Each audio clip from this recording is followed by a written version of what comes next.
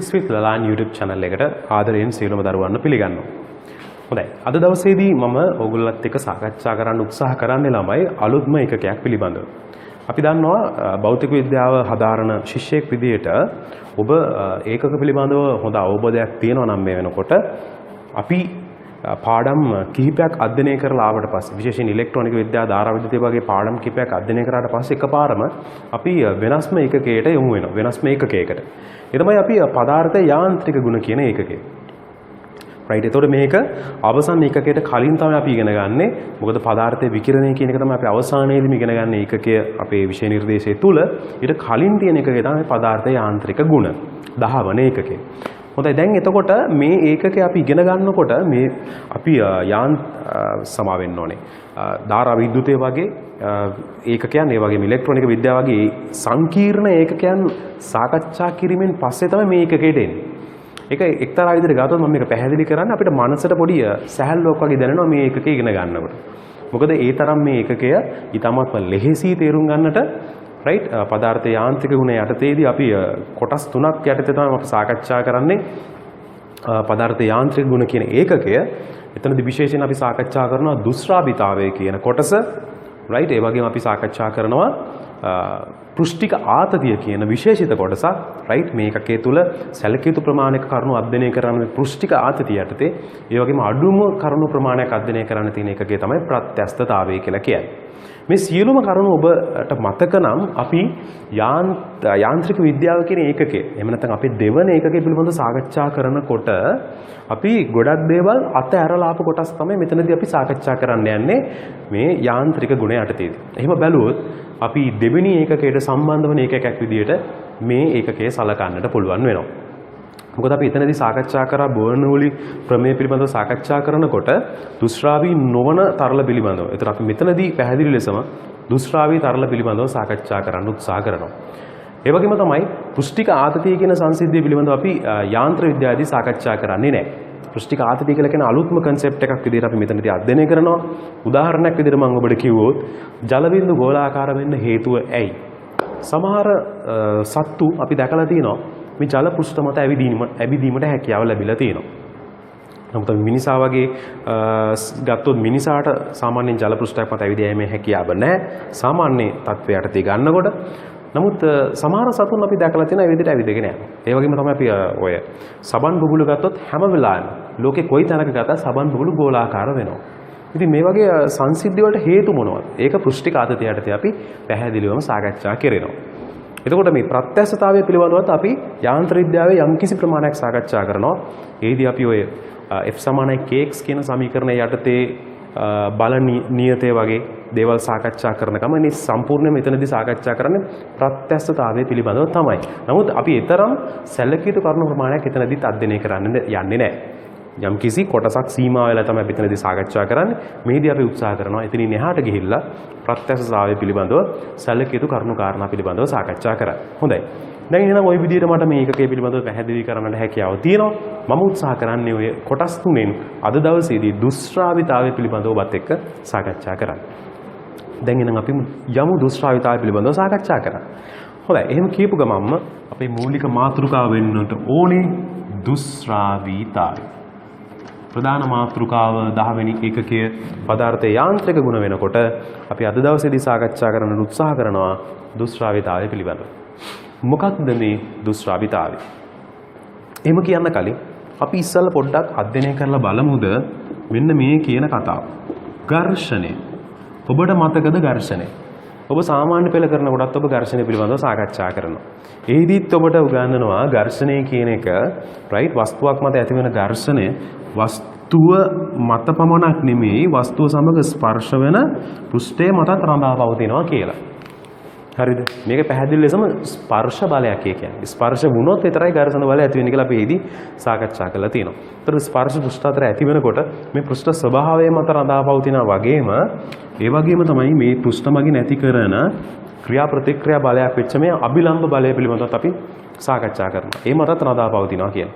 එහිදී තමයි අපි ඉගෙන ගන්නේ F = μr කියන සමීකරණ යටතේ ඝර්ෂණ බලය පිළිබඳව. ඕක අපි උසස් පෙළට ඇවිල්ලා ඝර්ෂණය පිළිබඳව කොටස් දෙකක් යටතේ සාකච්ඡා කරනවා. ස්ථිතික ඝර්ෂණ බලය සහ ගතික ඝර්ෂණ බලය පිළිබඳව. මේ කොහොම නමුත් අපි පැහැදිලිවම සාකච්ඡා කරද්දී රයිට් වස්තු චලනය වෙනකොට ස්පර්ශ පෘෂ්ඨ අතර ඇතිවන චලිත ප්‍රතිරෝධී බලය විදිහට අපිට ඝර්ෂණ බලය හඳුන්වන්නට පුළුවන් වෙනවා. හරිද? එතකොට මේ සෑම අවස්ථාවකදී අපි සාකච්ඡා කර යාන්ත්‍ර විද්‍යාවේදී ඝන වස්තු පිළිබඳව ඝන වස්තු වල ඇතිවන රයිට් චලිත ප්‍රතිරෝධී බලය පිළිබඳව තමයි අපි මේ ඝර්ෂණ යටතේ සාකච්ඡා කරේ. මේක ඇත්තටම නිව්ටන් කියන විද්‍යාඥයා හොයාගත්තු සංසිද්ධියක්. හරිද? නිව්ටන් නියමය යටතේ අපි සාකච්ඡා කරා. අපි එතනින් එහාට ගිහිල්ලා බැලුවොත් අපි දන්නවා පදාර්ථයේ අවස්ථා තුනයිනේ. ඝන, ද්‍රව, වායු කියලා ගන්නට පුළුවන් හැකියාව තියෙනවා. මේ ඝනවල තමයි F = ma සමීකරණය, ඒ වගේම ක්‍රියා ප්‍රතික්‍රියා පිළිබඳව නිශ්චලතාවයේ තියෙනකොට කොහොමද තියෙන්න ඕනේ, බල බැලන්ස් වෙන විදිහ මේ හැම දෙයක්ම නිව්ටන් විද්‍යාඥයා සාකච්ඡා කරේ ඝන වස්තු සඳහා. ද්‍රව සහ වායු කියන දෙදෙනාම එකට එකතු කරලා ගත්තොත් අපිට සලකන්නට පුළුවන් මේ දෙදෙනාම තරල විදිහට. යාන්ත්‍ර විද්‍යාවේ අපි කතා කරනවා තරල ගති විද්‍යාව යටතේ. රයිට්? ඒතර මේ තරල ගැන කතා කරොත් තරලත් පැහැදිලි ලෙසම චලනය වෙනවා. රයිට්? චලනය වෙනකොට ලක් වෙනකොට මේ තරලත් ඝර්ෂණයට ලක් වෙනවා. රයිට්? තරලත් එක දිගටම ප්‍රවාහය වෙන්නේ නැහැ නේ. එහෙම නැත්නම් චලනය වේගෙන යන්නේ නැහැ නේ එක දිගටම. අපි දන්නවා මේගොල්ලෝ යම් කිසි කාලයකදී චලනය වීම නිශ්චල වෙන්න පුළුවන්. ඒ කියන්නේ මේගොල්ලන්ට චලිතයට ප්‍රතිරෝධී ඝර්ෂණ බල ඇතිවීමේ හැකියාව තියෙනවා. එතකොට මේ තරලවල ඇතිවන ඝර්ෂණ බලය පිළිබඳව තමයි අපි මෙතනදී තරල ඝර්ෂණය කියලාත් අපි කියනවා ෆ්ලුයිඩ් ෆ්‍රික්ෂන් එක කියලා. අපි ඒකට තමයි විශේෂිත නමක් දෙන්නේ මේ දුෂ්ශ්‍රාවිතාවය කියලා. මේ ගුණයට තමයි අපි දුෂ්ශ්‍රාවිතාවය කියලා කියන්නේ. හොඳයි එහෙනම් ඒ පිළිබඳව සාකච්ඡා කරන්නට තමයි අද දවසේ උත්සාහ කරන්නේ. ඔයගලන්ට පොඩි උදාහරණයක් මම මෙන්න මේ විදිහට පැහැදිලි කරන්නම්. මම ඒ සඳහා පාවිච්චි කරනවා මෙන්න මේ වගේ පොඩි සරල ඇටවුමක්. මේක දකින්නේ ආනත තලයක්. ඔබට බලන්න පුළුවන් ආනත විදිහට මම නිර්මාණය කරලා තියෙනවා මේ ආකාරයට. රයිට්? මම මේ ආනත තලය තුල දැන් ඔබට නිරීක්ෂණය කරන්නට ලැබෙවි මම භාවිතා කරලා තියෙනවා මෙතන පොල් තෙල්. මේක දකින්නේ පොල් තෙල්, ඒ වගේම මෙතන ජලය පාවිච්චි කරලා තියෙනවා. එතන අපි අහලා තියෙනවා සාමාන්‍ය මේ දුෂ්ශ්‍රාවිතාවය පිළිබඳව සාකච්ඡා කරද්දී සාමාන්‍යයෙන් අපි ජනවහරේ පාවිච්චි කරන වචනය තමයි මේකට උක්කු බව කියලා කියන්නේ. උක්කුයි අපි සාමාන්‍යයෙන් කියන්නේ උක්කු වැඩි, උක්කු අඩුයි. සාමාන්‍යයෙන් අපි ජලය වගේ දෙයක් ගත්තොත් අපි කියනවා ජලයේ උක්කු බව අඩුයි කියලා. උක්කු බව වැඩි කියලා කියනවා අපි ඊට වඩා පොල් තෙල් වල. ඊටත් වඩා පැණි කියන ගත්තොත් ඒවල උක්කු බව වැඩි වෙනවා. තාර වගේ ගත්තොත් උක්කු බව ඉතාමත්ම වැඩි වෙනවා. අන්න එහෙම සලකන්නට හැකියාව තියෙනවා. හරිද? ඒක ඇත්තටම මේ උක්කු බව තීරණය කරේ අපි ඒගොල්ලෝ තමන්ගේ හැඩය වෙනස් කරන්න තියෙන දක්වන අකමැත්ත. එහෙම නැත්නම් අර අපි කියන ඕකට මේ විරූපණයකට ලක් වෙනවා කියලා. එයාගේ හැඩය විරූපණයකට ලක් වෙනවා. හැඩය වෙනස් වෙන්න පටන් ගන්නවා. මේ හැඩය වෙනස් වෙන්න පටන් ගන්න ගත කරන කාලය වැඩි නම් අපි ඒකට උක්කු බව කියලා කියන්නේ. එහෙම නැතු ඝනත්වය සම්බන්ධ වෙන්නේ නැහැ මෙතනදී. ඝනත්වය වැඩි නම් එහෙම නැත්නම් ඝනත්වය වැඩි වුණාම උක්කු බව වැඩි වෙනවා කියන අදහසක් එතනදී පැහැදිලි වෙන්නේ නැහැ. දැන් අපි රසදිය ගත්තොත් රසදිය වල ඝනත්වය ඉතාමත්ම විශාලයි. නමුත් එයා ඉතා ඉක්මනින් එයාගේ හැඩය වෙනස් කර ගන්නවා. තේරුණාද? ඒතර ඝනත්වය පිළිබඳ නෙමෙයි මෙතන පැහැදිලි ලෙසම මෙතන මෙයාගේ හැඩය වෙනස් කරගන්න ගත කරන කාලයට පැහැදිලි ලෙසම හේතු වෙන්නේ දුෂ්ශ්‍රාවිතාවය කියන ගුණය. එහෙම නැත්නම් ඝනත්වය කියන ගුණය එහෙම නෙමෙයි ළමයි. පැහැදිලිද කාරණාව? එහෙනම් පොල් තෙල් වල ඝනත්වය අඩුයි ළමයි ජලයට වඩා. ජලයට වඩා පොල් තෙල් වල ඝනත්වය අඩුයි. හැබැයි ඒගොල්ලෝ චලනය වෙන්න තියෙන දක්වන අකමැත්ත වැඩි. යගත වෙන වෙලාව වැඩි. ඒක බලන්න පුළුවන් මෙන්න මේ විදිහට උදාහරණයකින්. ඔබට බලන්න පුළුවන්. දැන් මම එකම කාලයක් තුල මෙතන පොල් තෙල් සහ ජලය මේ විදිහට මේ තලය තුල මෙන්න මේ ආකාරයට මම චලනය කරන්න උත්සාහ කරනවා. රයිට්? ඔබට බලන්නට පුළුවන්. ඊටමත්ම ඉක්මනින් ජලය ගමන් කරා. රයිට්?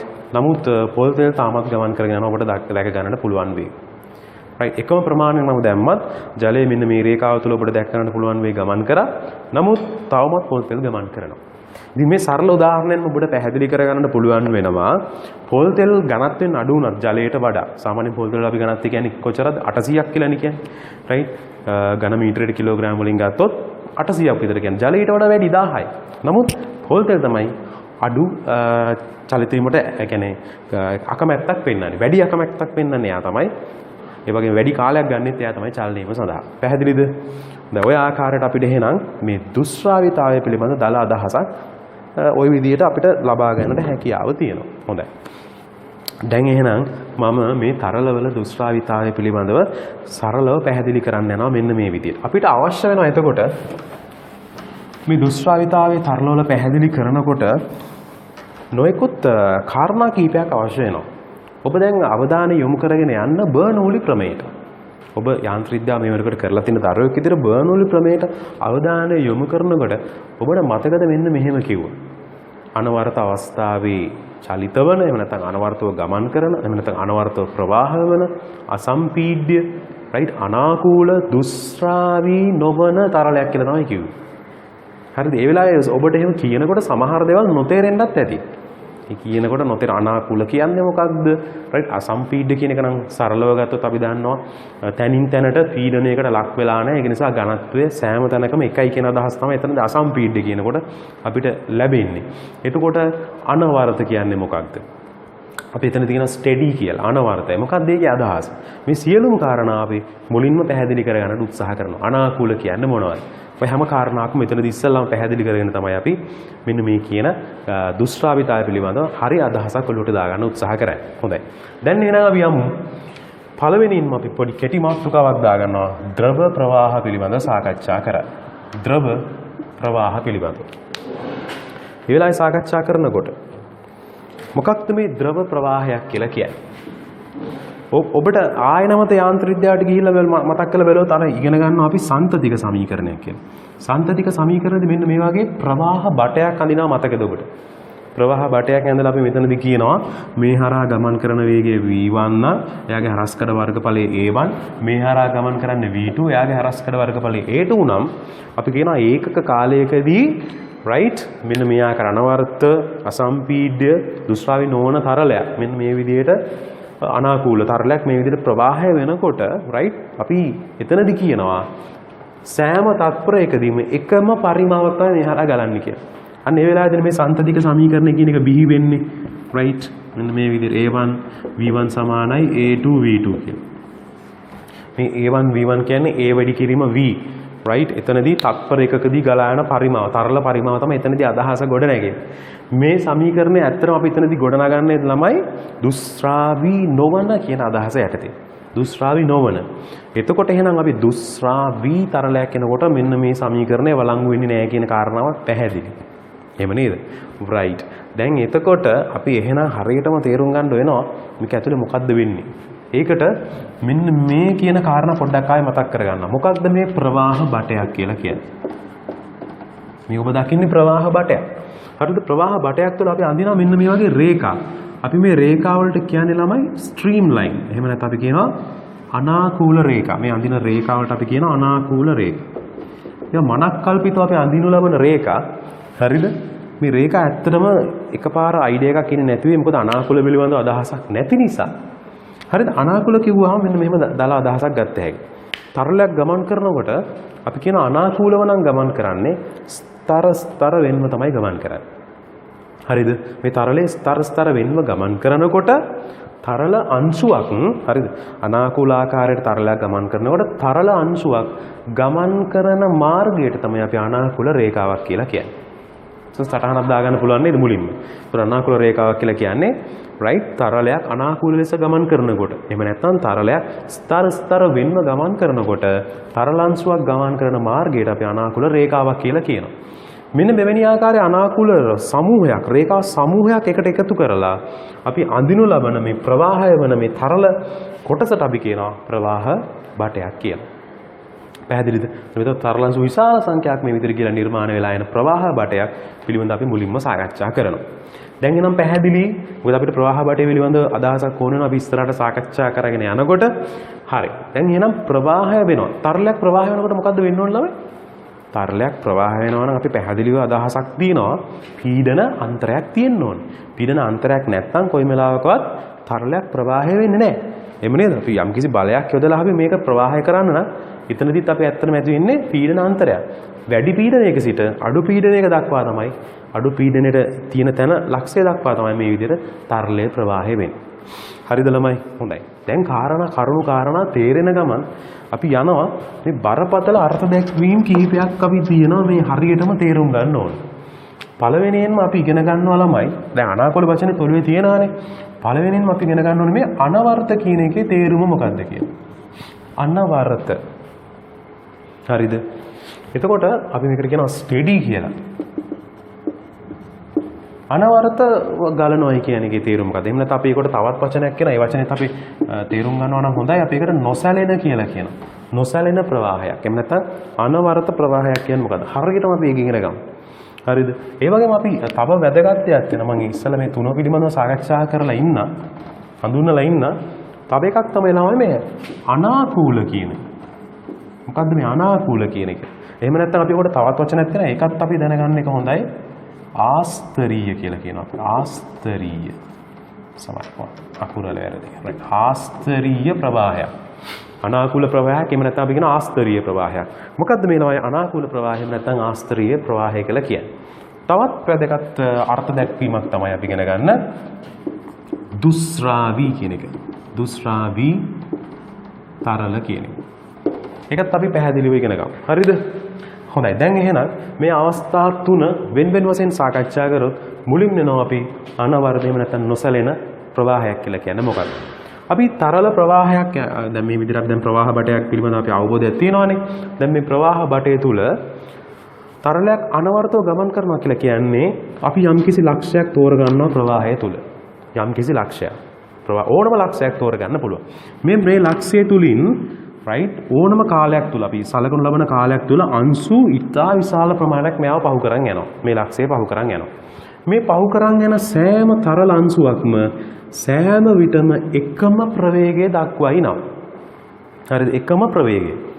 අපි පැයක් ගත්තත් ඕනම කාලයක් ගත්තත් මේ සලකනු ලබන ලක්ෂය හරහා ගමන් කරන සියලුම තරල අංශු එකම ප්‍රවේගයක් නම් පෙන්වන්නේ අපි කියනවා ඒක අනවර්තව ගලනවා කියලා.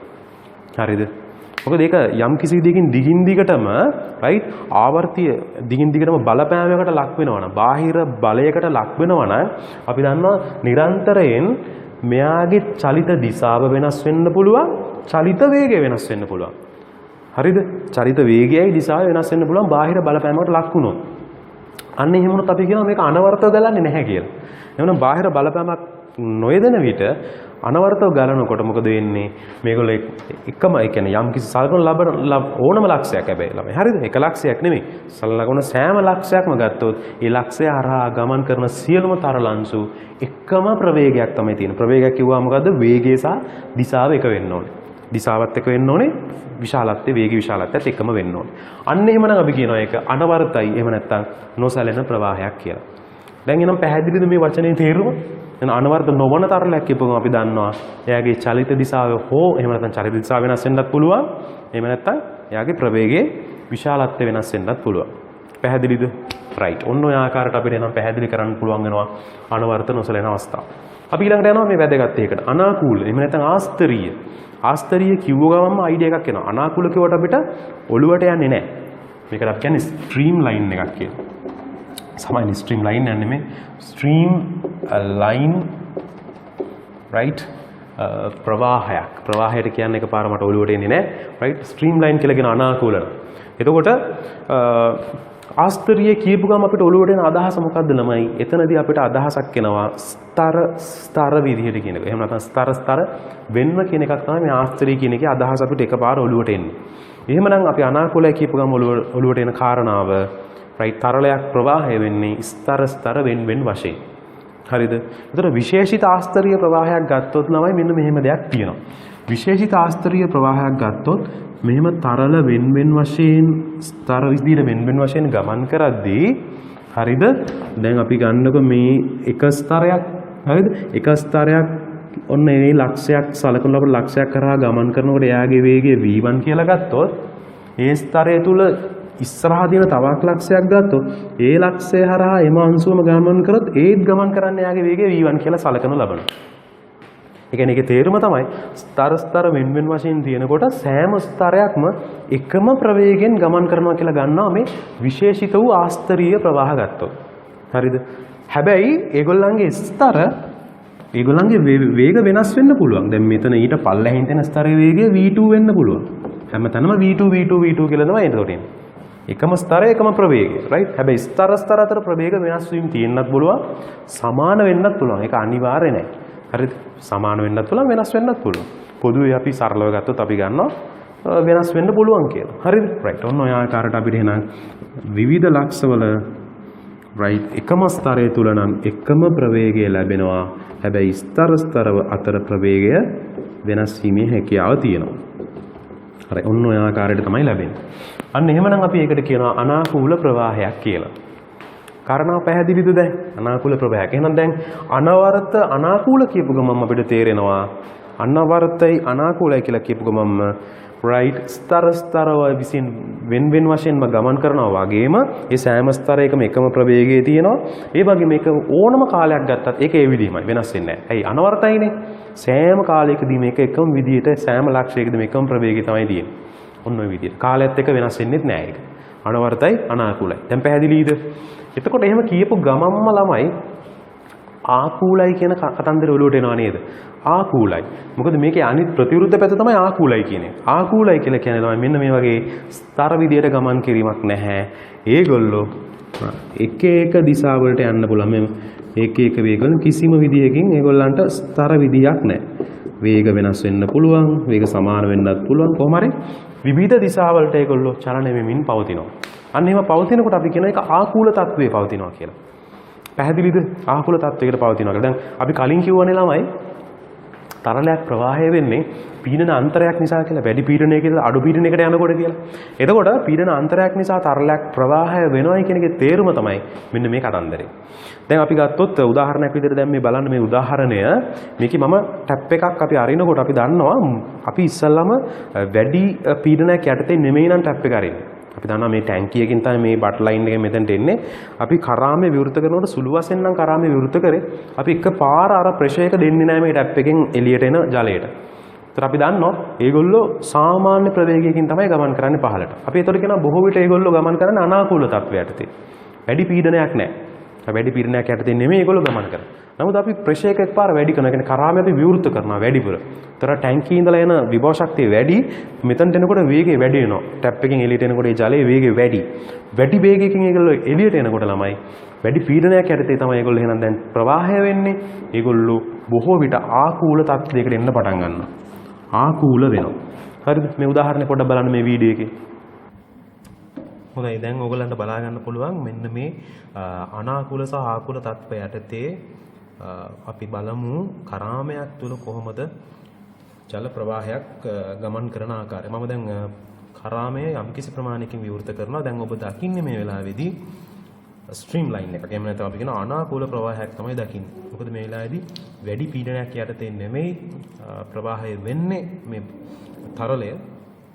මොකද මෙතනින් නිකුත් වෙන වේගය අපි ගත්තොත් ඉතාමත්ම කුඩා වේගයක් තමයි අපි මෙතන දැක ගන්නට ලැබෙන්නේ. right?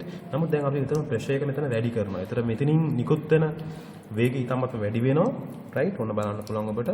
දැන් ඔබට නිරීක්ෂණය වේවි ආකූල තත්ත්වයක් දක්වා ඇවිල්ලා තියෙනවා. ඒ කියන්නේ අවදි අවස්ථාව ඉක්මවා ගියා වේගය. ඒ නිසා දැන් ආකූල තත්ත්වයකට තවත් ප්‍රෙෂර් එක වැඩි කරද්දී අපිට බලන්නට හැකියාව ලැබෙනවා.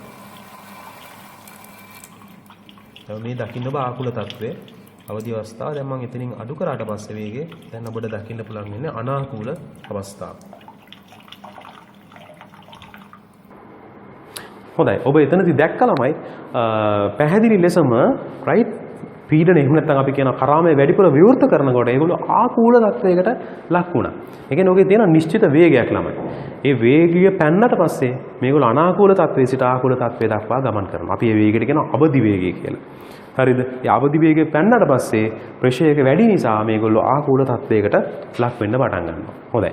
දැන් එහෙනම් පැහැදිලිද අනාකූල සහ ආකූල කියන කතන්දරය? හරිද? අනාකූල ආකූල කියන කතන්දරය දැන් පැහැදිලි. ඊළඟට අපි යනවා ළමයි මේ දුෂ්‍රාවී තරල පිළිබඳව පැහැදිලි කරන්න. මොකද්ද මේ දුෂ්‍රාවී තරල කියලා කියන්නේ? අපේ පාඩමත් දුෂ්‍රාවිතාවය පිළිබඳව නේද? දැන් මම කියවන්නේ දැන් ඔන්න දැන් අපි ගන්න යන්නේ අනවර්ත අනාකූල ප්‍රවාහයක් තමයි ගන්න යන්නේ. අනවර්ත අනාකූල ප්‍රවාහයක අපි හිතමු දුෂ්‍රාවී තරලයක් වුණොත් කොහොමද වෙන්නේ? දුෂ්‍රාවී නොවන. දැන් මුලින්ම මම ගන්නම් දුෂ්‍රාවී නොවන තරලයක් නම් මොකද වෙන්නේ? ඒ වගේම දුෂ්‍රාවී තරලයක් වුණොත් මොකද වෙන්නේ කියන කාරණා. අපි වෙනම සාකච්ඡා කරනවා. ඕක දැනට සරලව මම මෙහෙම පැහැදිලි කරන්නම්. දුෂ්‍රාවි නොවන වුණොත් ළමයි ඒගොල්ලන්ගේ මෙන්න මේ විදිහට මං ස්තර කොටසක් ගත්තා කියලා හිතන්නකෝ. මෙන්න මේ විදිහට ස්තර කොටසක් ගත්තා. තරලයක් ඔන්න ප්‍රවාහය වෙනවා. ප්‍රවාහය වෙනකොට මම එකපාර මේ විදිහට ෆොටෝ එකක් වගේ ගන්නවා. එකපාර තරල කොටස මම නවත්ත ගන්නවා t සමානයි බිඳුව අවස්ථාවේ. ගත්තාම මේගොල්ලෝ හැම ස්තරයකම ළමයි ප්‍රවේගයක් නිශ්චිත ප්‍රවේගයක් තියෙනවා. සෑම අංශුවකම එකම ප්‍රවේගය එනවා. මොකද ඒක වල අනාකූල නිසා. හරිද? දැන් එතකොට මේ ඒක දුෂ්‍රාවි නොවුනොත් දුෂ්‍රාවි කියලා කියන්නේ අපි දන්නවනේ දැන් ඝර්ෂණ බලය කියලා. ඒ කියලාම ස්තර අතර ඝර්ෂණ බලයක් නැහැ. ස්තර අතර ඝර්ෂණ බලයක් නැත්නම් අපි කියනවා මේගොල්ලෝ සුමටව එකම ප්‍රවේගයෙන් මේ සෑම ස්තරයකම ප්‍රවේගය ගත්තොත් අපි කියනවා එකම ප්‍රවේගයක් තමයි තියෙන්නේ කියලා. ඕනම කාලයකදී. දැන් මේක අපි හිතමු දැන් මේ t සමාන බිඳුවේදී මම ගත්ත ෆොටෝ එකක්නේ. දැන් මම මේක ප්‍රවාහය වෙන්න දෙනවා. තත්පර 5කට පස්සේ ආයෙ නැවත නවත්තලා බලනවා. අන්න එතකොටත් මේ සියලුම ස්තර එකම වේගයෙන් තමයි ගමන් කරමින් තියෙන්නේ. එකම පිහිටුමෙත් ඒගොල්ලෝ ඉන්නවා. දැන් මෙතන ඒගොල්ලෝ තිබ්බනම් තත්පර 5කට පස්සේ ඔය සෙට් එකම තියෙන එකම තැන. පැහැදිලිද? ඒගොල්ලෝ ආයෙ බැලුවත් මේ විදිහටම තමයි ඉන්නේ. ඒකට අපි ඒක නිසා තමයි කියන්නේ අපි දුෂ්‍රාවී නොවන තරලයක් කියලා. එතනදී තමයි අපි බර්නෝලි ප්‍රමේයම අර්ථ දැක්වීම සිදු කරේ. මතක නැහැ. පැහැදිලිද? රයිට්. එතකොට අපි කියන ඊළඟට දුෂ්‍රාවී තරල කියපු ගමන් දැන් ඔබ දන්නවා මොකද වෙන්නේ. මොන t සමාන බිඳුවේදී මම මෙහෙම නම් දැක්කේ තත්පර 5කට පස්සේ ස්තර දකින්නකොට ළමයි මෙන්න මෙහෙම තමයි අපි දකින්නේ. ඔන්න ඔය ආකාරයට. මෙන්න මේ ආකාරයට. ඇයි පහළ තියෙන වේගය v1 කියලා ගත්තොත් ඊට උඩ v2 v3 v4 v5 කියලා ගත්තොත් ළමයි v5 විශාලයි v4ට වඩා v3ට වඩා v2ට වඩා v1ට වඩා. ඒ කියන්නේ අඩුම වේගයක් තියෙන්නේ පහළම ස්තරයට කියලා කියනවා. ඇයි යාට තමයි වැඩිම ඝර්ෂණයක් තියෙන්නේ. ඇයි ඝර්ෂණය වැඩි වෙන්න හේතුව ඊට උඩින් ගොඩක් ස්තර තියෙනවා. ඒක නිසා එයාගේ අභිලම්බ බලය වැඩි වෙනවා කියන අදහස නිකන් ඔලුවට දාගත්තා නම් හරි. අභිලම්බ බලය වැඩි වෙනවා නම් ඝර්ෂණය වැඩි වෙනවනේ ළමයි. මම වැඩිම ඝර්ෂණ බලයක් ක්‍රියා කරන්නේ පහළම එක්කෙනාට. ඒක නිසා එයා අඩුම වේගයක් පෙන්වනවා. උඩට යන්න වේගය වැඩි වෙනවා ළමයි. මොකද ස්තර අතර දුෂ්‍රාවී තරලයක ඝර්ෂණ බලය ක්‍රියා කරන නිසා. දැන් කතන්දරේ පැහැදිලිද? ඔන්න ඔය ආකාරයට එහෙනම් අපිට ප්‍රධාන අර්ථ දැක්වීම් තුන පිළිබඳව සරල අදහසක් පැහැදිලි කරගන්නට හැකියාව ලැබෙනවා. හරි. දැන් එහෙනම් අපි මෙතනින් ඉස්සරහට තමයි පාඩම දැන් ගමන් කරන්නට උත්සාහ කරන්නේ. රයිට්. ඒ අතරතුර ඔබට මතක නම් ওই දුෂ්‍රාවීතාවය පිළිබඳව අපිට නිකන් පොදුවේ දැන් මම අර උදාහරණයක් කලින් කිව්වනේ. පෙන්නලා ඔයගලන්ට අර ආනත තලයක තරල ගමන් කරනකොට සිදුවෙන කතන්දරේ පැහැදිලි කරානේ. ඊට අමතරව තවත් ඔයගලන්ට උදාහරණ ගන්න පුළුවන්. දැන් උදාහරණයක් විදිහට ගත්තොත් දැන් මේ වීඩියෝ එක බලපුවම ඔබට තේරෙයි මම මිනුම් සරාවක් අරගෙන මේ ජලය සම්පූර්ණ මිනුම් සරාවට පුරවලා තියෙනවා. මම මෙතනට යම් කිසි වස්තුවක් අතාරිනවා. බර ඇති වස්තුවක් අතාරිනවා ජලයට වඩා ඝනත්වය වැඩි. අපි දන්නවා එහෙනම් පල්ලෙහාට ඔක ගිලෙනවා. නමුත් අපි අතාරින වේගය එක ගත්තොත් අපි දන්නවා ගුරුත්ව ත්වරණය යටතේ වැඩි වෙනවා නම් එන්නේ එයාගේ වේගය මොකද වෙන්න ඕනේ? වැඩි වෙන්නට එපයි. නමුත් අපි දන්නවා එහෙම වෙන්නේ නැහැ. දැන් ඔබට බලන්න පුළුවන් වීඩියෝ එකේ. මම මේ සඳහා මේ එකම ස්කන්ධයේ තියෙන මෙවැනි ආකාරයක තඹ ගෝල දෙකක් භාවිතා කරනවා. දැන් මේ තියෙන්නේ වතුර පුරවාගත්තු මිනුම් සරාව. එහි පහළ හානියක් නොවන විදිහට මම රිජ් ෆෝම් යොදාගෙන තියෙනවා. දැන් මම උත්සාහ කරනවා මේ දෙන්න එකම මොහොතේදී එකම උසක තියලා මේ විදිහට පහළට වැටෙන්න සලසන. ඒක ඔබට දැක් ගන්නට ලැබෙවි. ජලයේ තුලින් ගමන් කරනකොට මේ ගෝලයට කොයි විදිහට මේ දුෂ්‍රාවීතාවය බලපෑම් කරනවද කියන්නේ.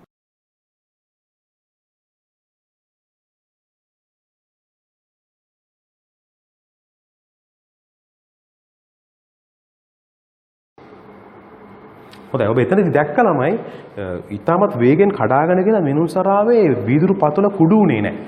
හරිද? ඒ කියන්නේ ඒකට හේතුව තමයි අපි ඊතරම් ස්කන්ධයක් තියෙන වස්තුවක් අතෑරියත් රයිට් මේ තරලය තුල ගමන් කරනකොට ළමයි තරලය මගින් මේ වස්තුව මත ස්පර්ශ වෙන නිසා රයිට් වස්තුවත් එක්ක තරලය ස්පර්ශ වෙන නිසා ඝර්ෂණ බලයක් ක්‍රියා කරනවා චලිතයට ප්‍රතිරෝධී. ඒක නිසා යා ගුරුත්ව ත්වරණය යටතේ නෙමෙයි ත්වරණයට ලක් වුනේ ඊට අඩු ත්වරණයකින් තමයි එයා ත්වරණයකට ලක් වෙන්නේ. පැහැදිලිද ළමයි? ඔන්න ඔය කාරණා පිළිබඳව තමයි මේ පාඩමේ විශේෂයෙන් සාකච්ඡා කරන්නේ. අපි ඒ වගේම බලමු නලයක් තුල කොහොමද මෙන්න මේ කියන දුෂ්‍රාවී ගුණ යුක්ත රයිට් දුෂ්‍රාවී තරලයක් කොයි ආකාරයකටද ප්‍රවාහය වෙන්නේ. අනාකූල ඒ වගේම අනවර්තක ප්‍රවාහය වෙන තරලයක් රයිට් කොයි විදිහටද දුෂ්‍රාවී තරලයක් විදිහට ක්‍රියාත්මක වෙනකොට එහෙම නැත්නම් දුෂ්‍රාවී ගුණ තියෙනකොට කොයි විදිහටද ප්‍රවාහය වෙන්නේ කියන කාරණාව පොඩ්ඩක් අපි මෙහෙම අධ්‍යයනය කරලා බලමු. දැන් අපි ගත්තොත් ළමයි නලයක් තුලින් මේ ස්තර වශයෙන් ගත්තොත් ඒගොල්ලෝ මෙන්න මේ විදිහට අරිය ස්තරනේ අපි දකින්නේ මෙන්න මේ ආකාරයට. දැන් අර කලින් වගේ අපිට මේ රේඛීය ස්තර දකින්න මෙන්න මේ වගේ අරිය ස්තර තමයි අපි දකින්නේ. හරිද?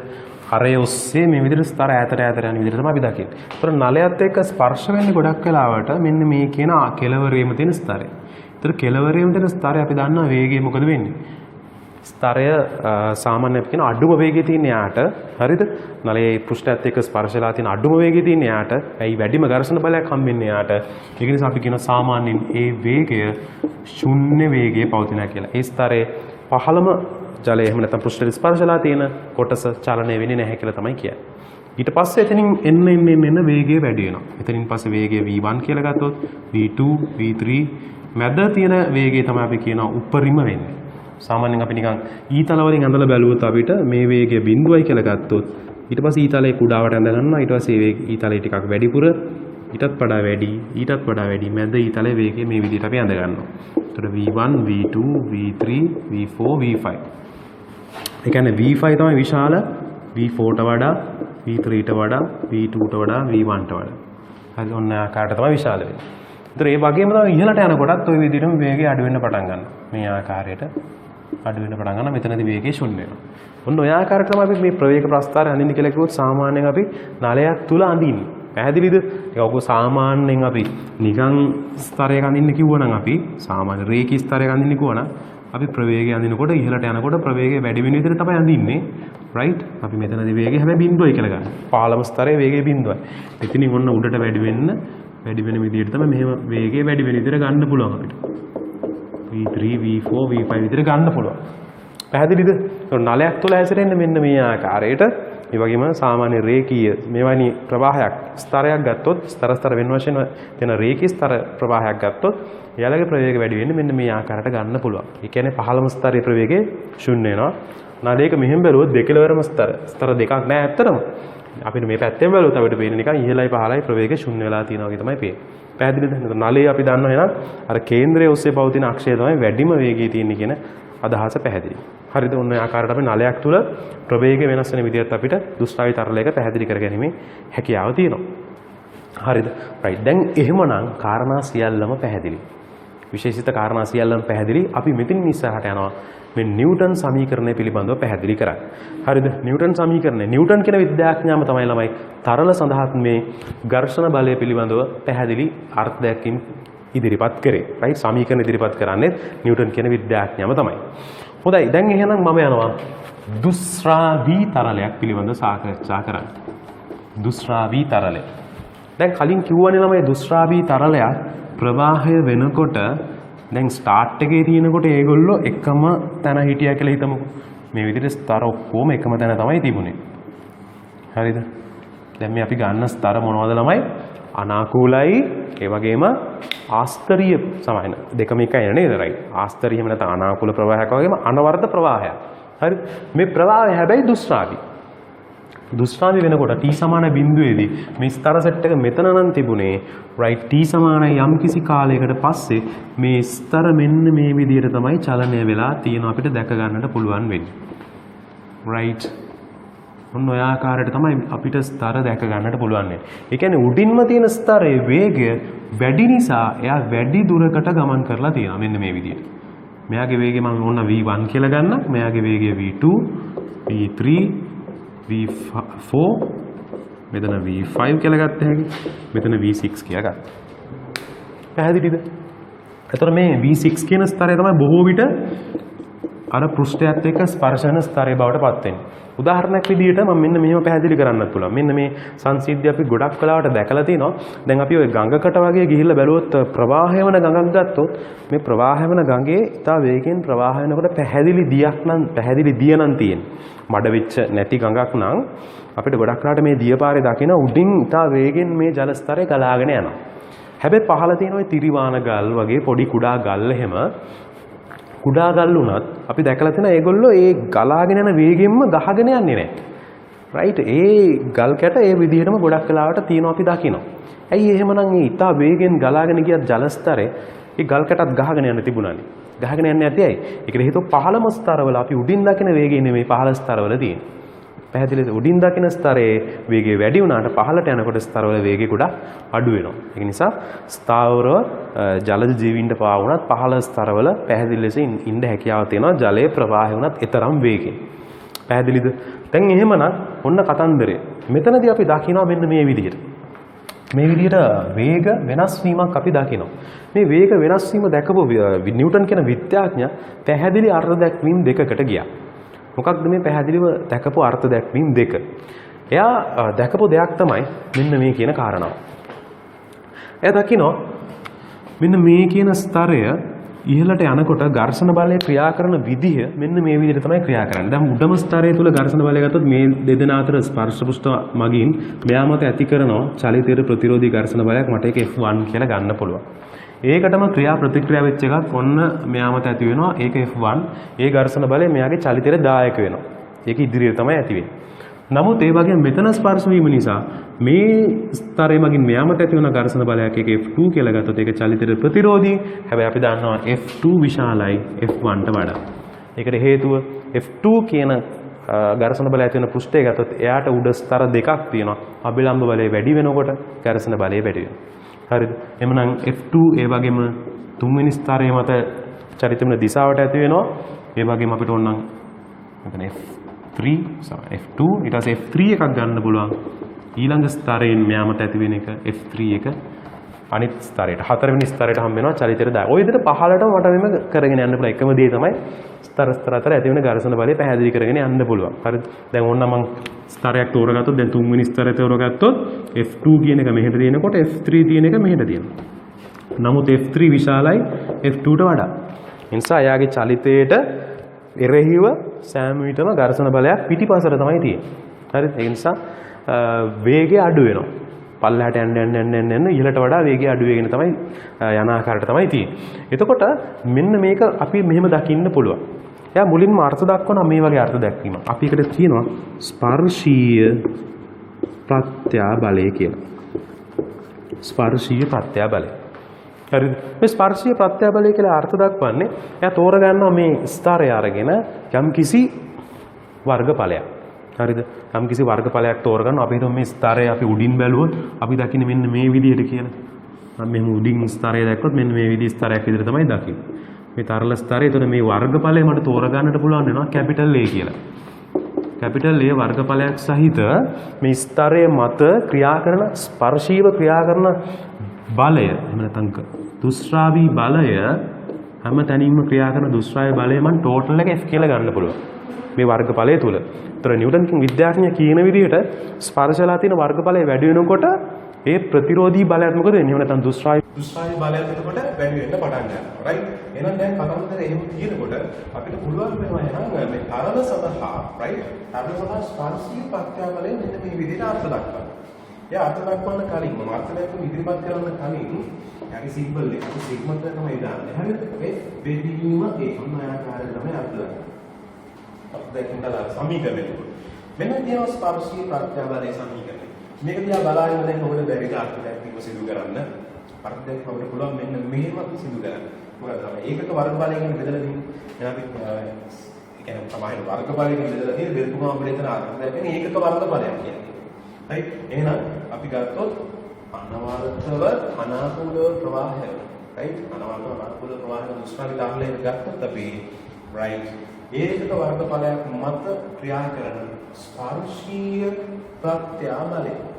ස්පර්ශීය ප්‍රත්‍යාබලය සමයි ස්පර්ශීය ප්‍රත්‍යාබලය නෙමෙයි තමයි. ඒකක වර්ගඵලයක් මත ක්‍රියා කරන දුෂ්‍රාවී බලය. රයිට්? අපි කියනවා ස්පර්ශීය ප්‍රත්‍යාබලය නිසා අර්ථයක් වේ කියලා. කාරණා පැහැදිලිද? ඒක පටල ගන්නකොට අපි කරගත්තා නම් හරි ඒකක වර්ගඵලයක් මත ස්තරයක් තුල ඒකක වර්ගඵලයක් මත ක්‍රියා කරන දුෂ්‍රාවී බලය. අපි කියනවා ස්පර්ශී ප්‍රත්‍යාබලය නිසා අර්ථයක් වේ කියලා. ඔන්න ඔය ආකාරයට නිව්ටන් කියන විද්‍යාඥයා පළවෙනි අර්ථ දැක්වීම ඉදිරිපත් කරනවා. කාරණා පැහැදිලි පොඩි දෙයක් ඉගෙන ගත්තා බලන්න අපිට කොච්චර එකේ වැදගත්කමක් තියෙනවද කියන්නේ. මේකේ ඒකකයක් අපි පොඩ්ඩක් දාගන්න තමයි. ඒකකයක් අපිට එනවා රයිට් නිව්ටන් වර්ගඵලයෙන් බෙදන්න බෑ එහෙනම් NM වෙන දේ. වැරදිලි කන්දේම මේක පැස්කල් එහෙම දාගන්න බෑ මේක. හරි? පැස්කල් කියන්නේ පීඩන ඒකකය. පීඩන ඒකකයට මෙන්න මෙහෙම තමයි එන්නේ. හැබැයි පීඩන ඒකට වෙනම අර්ථ දැක්වීම. ඒ සඳහා වෙනම දෙන ඒකක තමයි පැස්කල් කියන්නේ. හරි? රයිට්. ඒතර මේකේ මානවත්ව වලට යන්න පුළුවන්. අපි දන්නවා අයුර්වේදයේ බලය එකක නේද? ml ඍණ දෙක ඒ වගේම ආයනවත l ඍණ දෙකක් එනවා කියලා කියන්නේ. එතන ඉන්නේ කොට ml ඍණ එකයි t ඍණ දෙකයි. ඔය තියෙන්නේ මානල. ඔන්නෝම ඒක පොඩ්ඩක් අපි දැනගන්න ඕන දේවල්. හරි. කතන්දරේ ළමයි ඔන්න ඔය විදිහට පැහැදිලි කරන්න යන්නේ ඔන්න නිව්ටන් කියන විද්‍යාඥයා විශේෂයෙන් මේ කාරණාව පැහැදිලි කරා. තව අර්ථ දැක්වීමක් තියෙනවා කියලා කිව්වනේ මම. මොකක්ද එහෙනම් ළමයි ඊළඟ අර්ථය? ඊළඟ අර්ථ දැක්වීම මෙයා දෙනවා මෙන්න මේ විදිහට. ඔයගලන්ට තේරෙනවා ළමයි මෙන්න මේ තරල ස්තර සෙට් එකම ගත්තොත් එහෙනම් අපි මේ ප්‍රවාහය ගත්තොත් අපි මේ ප්‍රවාහය පහළට යනකොට ළමයි වේගය මොකද වෙන්නේ? අඩු වෙනවා. ඒ කියන්නේ ළමයි ගැඹුර වැඩි වෙනකොට වේගය අඩු වෙන විදිහ තමයි අපි දකින්නේ. ඒක අපි පල්ලෙහෙන්ද උඩට ගත්තොත් තමයි අපිට පේන්නේ. ඒක මොකක්ද? අපිට එතකොට පේනවා ප්‍රවේගය වැඩි වෙනවා. පල්ලෙන් දැන්නද ඉහළට යනවා. අනිත් ඕකට පුළුවන් ගැඹුරත් එක්ක ඕනනම් පස්තාරයක් වෙන්න පුළුවන්. එහෙම නැත්නම් මේ පහළ සිට ඉහළට උසත් එක්ක පස්තාරයක් වෙන්නත් පුළුවන්. ඒ කොහොම ඇවිත් ඒක එකම දේ තමයි ලැබෙන්නේ. හරි. දැන් මම ඉගෙනන මේ අධි ප්‍රවේගය හැසිරෙනවා. ගැඹුරත් එක්ක හැසිරෙන්නේ. ගැඹුර වැඩි වෙනකොට තමයි අපි දන්නවා ප්‍රවේගයේ නිමින්න අඩු වෙලා හැසිරෙන්නේ අපිට තියාගන්න මෙන්න මේ ආකාරයට. රේඛීය සම්බන්ධයක් තියෙනවා. ගැඹුර කොච්චරද වැඩි වෙන්නේ ඒ ආකාරයට ප්‍රවේගයත් ස්තරවල අඩු වෙනවා. තවත් කොච්චරද ගැඹුර අඩු වෙන්නේ ඒ හා සමාන කියන අනුලෝම සම්බන්ධය තමයි යතන තියෙන්නේ. හරි. මෙන්න මේ ආකාරයෙන් ප්‍රස්තාරයක් නිර්මාණය කරගැනීමේ හැකියාව තියෙනවා. දැන් ඒතකොට මේක පරීක්ෂණාත්මක ගොඩනගන ප්‍රස්තාරයක් වෙනවා. පිටින් මේක මතක තියාගන්න ඉන්නේ ප්‍රස්තාරය. මේ තියෙන ස්තර අතර ප්‍රවේග මේ ස්තරවල ප්‍රවේග මේ ස්තරවල රයිට් ස්තරවල ප්‍රවේගය තමයි ඔබ දකින්නේ රයිට් එතකොට එහෙම ගත්තොත් තමයි අපිට පැහැදිලිව තේරෙනවා මම හිතන ගැඹුරු ඕනනම් ඩෙප්ත් එක D කියලා ගන්නත් බෑ නැත්නම් අපි L කියලා ගමු සාමාන්‍යයෙන් අපි ආගම ගන්නවා L කියලා. ඒක දන්නවා අපි දන්න විදිහට අනුක්‍රමණය ගත්තොත් හරිද අනුක්‍රමණයෙන් අපිට ඉන්නේ මෙතන වෙනස. මේ වෙනස අපිට ගන්න පුළුවන් ඩෙල්ටා V වෙනස අපිට ඩෙල්ටා L කියලා එනවා. එතන මේ අනුක්‍රමණයේ අර්ථ දැක්වුවොත් අපි මේ අනුක්‍රමණයේ නමක් දෙනවා නැත්නම් අර්ථ දැක්වීමක් දෙනවා. ඒක කියනවා ප්‍රවේග අනුක්‍රමණය. ඇන්ටිකල් නම් ප්‍රවේග අනුක්‍රමණය. මොකක්ද මේ ප්‍රවේග අනුක්‍රමණය වල අපිට ලැබෙන්නේ පැහැදිලි ලෙසම ඩෙල්ටා V වෙනීම ඩෙල්ටා A. මොනවද දාගන්න පුළුවන් ප්‍රවේග අනුක්‍රමණය. කාරණා පැහැදිලිද? දැන් එතකොට එනම් ප්‍රවේග අනුක්‍රමණය කියලා කියන්නේ ප්‍රවේග වෙනස අපෝන මේක විස්තර දෙකක් ගන්නවා අපි ස්තර දෙකක් අතර හැබැයි ළම අනුයාත වෙන්න ඕනේ හරිද අනුයාත ස්තර දෙකක් අතර ප්‍රවේග වෙනස ඒ ස්තර දෙක අතර පවතින දුරෙන් බෙදපුවම තමයි අපිට ලැබෙන්නේ ළමයි ප්‍රවේග අනුක්‍රමණය. දැන් අනුයාත ස්තර දෙක මම ගන්නවා දෙවෙනි ස්තරය තුන්වෙනි ස්තරය. එයාගේ ප්‍රවේග වෙනස ගත්ත උඩ වෙච්ච කෙනාගේ ප්‍රවේගය වැඩි. එහෙනම් V2 ගෙන් අපි V3 අඩු කරනවා. මේ දෙදෙනා අතර පරතරය නිසා වැඩි වෙනවා. ඔය ආකාරයට තමයි අපිට එන ප්‍රවේග අනුක්‍රමණය ලැබෙන්නේ. දැන් කාරණාව පැහැදිලි තමයි අර්ථ දැක්වීම දෙකක් අපි හොයාගත්තා. මෙයාගේ ඒකකයක් දැන් පොඩ්ඩක් දාගමු. මෙයාගේ ඒකකය ගත්තොත් තමයි අපි දන්නවා ms ශ්‍රේණියක ප්‍රවේගය කියලා කියන්නේ. right? එයාගේ ඉන්නේ ms ශ්‍රේණියක බෙදනවා අපි ආයනවලට m වලින්. ඒක ආයනවල බෙදුවා ශ්‍රේණියක. එහෙම නැත්නම් එයාගේ මාන ගත්තොත් අපිට එන්නේ එතකොට t වෙන එක. එයාගේ මානය t වෙන එක. හරින සංඛ්‍යා දෙකේ නේ. මොකද නේද? මේ ශ්‍රේණියක ප්‍රවේගයක් වෙනවා නැවත මීටර වලින් ටිකකින් වෙනවා. හොඳයි දැන් ඔන්න ඔය ආකාරයට අපිට පැහැදිලි කරගන්න පුළුවන් වෙනවා මේ අර්ථ දැක්වීම දෙකක් එකක් ස්පර්ශී ප්‍රත්‍යාව ලෙසම අනිත් එක ප්‍රවේග අනුක්‍රමණය සහ නිව්ටන් සමීකරණයෙන් යම් වෙන සම්බන්ධයක් ඉදිරිපත් කරනවා. අනවර්ත අනාකූල ප්‍රවාහන දුෂ්කරතාවය ලෙස right කියනවා ස්පර්ශී ප්‍රත්‍යාව බලය ප්‍රවේග අනුක්‍රමණයට අනුලෝම වේදී. ඒක තමයි යාගේ සමීකරණය සඳහා ගොඩනගනු ලබන නියමය. පැහැදිලිද ළමයි? right අනවර්ත අනාකූල ප්‍රවාහන දුෂ්කරතාවයක ස්පර්ශී ප්‍රත්‍යාව බලය ප්‍රවේග අනුක්‍රමණයට අනුලෝම සම්බන්ධ වෙනවා කියන්නේ. මේක නම් යා ඉදිරිපත් කරා වෙන්න මේ විදිහට. right F බෙදීම A අනුලෝමයි delta V බෙදීම L කියන සම්බන්ධය. අනුලෝම තමයි ඉදිරිපත් කරන්නේ සම්බන්ධතාව. මේ දින ඔබ දකින්නේ නිව්ටන් සමීකරණ. එතකොට මේකෙදී මේ අනුලෝම ඉවත් කරලා අපි නියතයක් දානවා. මේ නියතය අපි නීත කියලා තමයි දාන්නේ. නීත. මේ නියතය අපි නම් කරනවා ළමයි දුෂ්‍රාවිතා සංගුණකය දුෂ්පාදිතා සංගුණකය කියන්නේ. දැන් මේක අමුතුවෙන් දක්වන්න අමුතුවට හිතන්න යන්න එපා ළමයි. මේක තමයි සමීකරණය. හරිද? දුෂ්පාදිතා කියන නිව්ටන් සමීකරණ තමයි ඔබ දකින්නේ. මේක අමුතුවෙන් හිතන්න යන්න මේ දුෂ්පාදිතා සංගුණකය කියන කාරණාව. ඔබට මතකද ඝර්ෂණ සංගුණකය කියන්නේ? එහෙම පිටින්ම මේ ඔබ දකින්නේ ඝර්ෂණ සංගුණකය කියලා. එතකොට මේ ඔබ දකින්නේ ඝර්ෂණ සංගුණකය අපි එක්තරා විදිහකට තරල සමය ඉදිරිපත් කරන්න වෙනස් ආකාරයකට අපි ඒකට කියනවා දුෂ්පාදිතා සංගුණකය කියලා. පැහැදිලිද? දැන් අපිට ඝර්ෂණ සංගුණකය වුණාට අසලක් කරන්න පුළුවන් නේ. එයාව උත්තර කරන බැලුවොත් අන්න ඒ විදිහටම අපිට ඕන පුළුවන් මේ වෙලාවේ දුෂ්පාදිතා සංගුණකය කියලා වෙනම අර්ථ දැක්වීමක් දාගෙන වෙනම මාතෘකාවක් දාගෙන දුෂ්පාදිතා සංගුණකයට අර්ථ දක්වනවා. හරිද? ඒකට සමීකරණේ අපි මෙයාව උත්තර කරලා බැලුවොත් අපිට මේ නීට කියන්නේ එහෙමනම් x බෙදීම a හරිද? ලියාගන්න අපි x බෙදීම a බෙදීම අයනවා ඩෙල්ටා b බෙදීම n. ඒ වගේ තමයි ස්පර්ශීය ප්‍රත්‍යාබලය බෙදනවා ප්‍රවේග අනුක්‍රමණය. අන්න එහෙමත් සමානව ළමයි මතක තියාගන්න මේ දුෂ්පාදිතා සංගුණකය කියන්නේ. හරිද? අපි සමීකරණ නිකුත්ගේ සමීකරණ මෙහෙම මතක තියාගන්න අවස්ථාවක් තියෙනවා. ඒකවල පුළුවන් කැමති ආකාරයට මේක මතක තියාගන්න. මේක තමයි යවන්නේ. දැන් එතකොට එතනදී පැහැදිලි තමයි මේක අපි අස්තර කන්ට්‍රෝල් කෙනෙකුට කොහොමද කරන්නේ? අර විදිහටම අපි කියන්න බැලම ආස්තරීය ප්‍රවාහයක් නැත්නම් අනවර්තව අනාකූල ප්‍රවාහ වෙන දුෂ්පාදිතා වල ගත්තොත් ළමයි අපි රයිට් ඒකක ප්‍රවේග අනුක්‍රමණයකට ඒකක ප්‍රවේග අනුක්‍රමණයකට ලම්බක රයිට් ඒකක ප්‍රවේග අනුක්‍රමණය අපිට මේ දිශාවට ගන්න ඒ ලම්බක ප්‍රවාහය වන තරලේ ස්පර්ශීය ප්‍රත්‍යාබලය අපි කියනවා මොකක් කියලා දුෂ්පාදිතා සංගුණකය කියලා සාර්ථක දැක්කේ. රයිට් ඒකක ප්‍රවේග අනුක්‍රමණයකට ලම්බකව ප්‍රවාහය වන ස්පර්ශීය ප්‍රත්‍යාබලය ස්තර අතර පවතින ස්පර්ශීය ප්‍රත්‍යාබලය අපි හඳුන්වනවා දුෂ්පාදිතා සංගුණකය ලෙස. ඔන්න ඔය ආකාරයට මට ප්‍රධාන වශයෙන් මේ පාඩමේ අර්ථ දැක්වීමට යන්න පුළුවන්. ඒකෝ දැන් මෙහෙම කියපුවාම තමයි අපිට පොඩි අදහසක් එන්නේ දුෂ්පාදිතා සංගුණකයේ ඒකක මොනවද කියන්නේ. ඕනනේ අපිට මේ ඒක පිළිගන්න. දැන් කලින් හෙවලමයි ස්පර්ශී ප්‍රත්‍යාබලය ඒකකේ. ඒක අපිට ආවේ n ඍණ 2. ආයෙ දෙදුවේ කාගෙන්ද? s ඍණ 1. මොන අපිට මෙතන එනවා. ns n ඍණ 2යි. මේක තමයි යාගේ මේක ගෙවෙන්නේ. ඔය පුරා යාලා දාන මානයක් මෙතනින් හදාගන්න. පැහැදිලිද නේද? දැන් එහෙනම් ඔන්න අපි මේ පාඩමේ පළවෙනි කොටස අධ්‍යයනය කරා. හරිද? පළවෙනි කොටස අධ්‍යයනය කරා. ඒ අධ්‍යයනය කරාට පස්සේ දැන් මම උත්සාහ කරන්නේ මීට අදාළ ගණනය කිරීම කීපයක් සිදු කරන්නට. දැන් අපි එහෙනම් ගණනය කිරීම සඳහා දැන් යොමු වෙමු.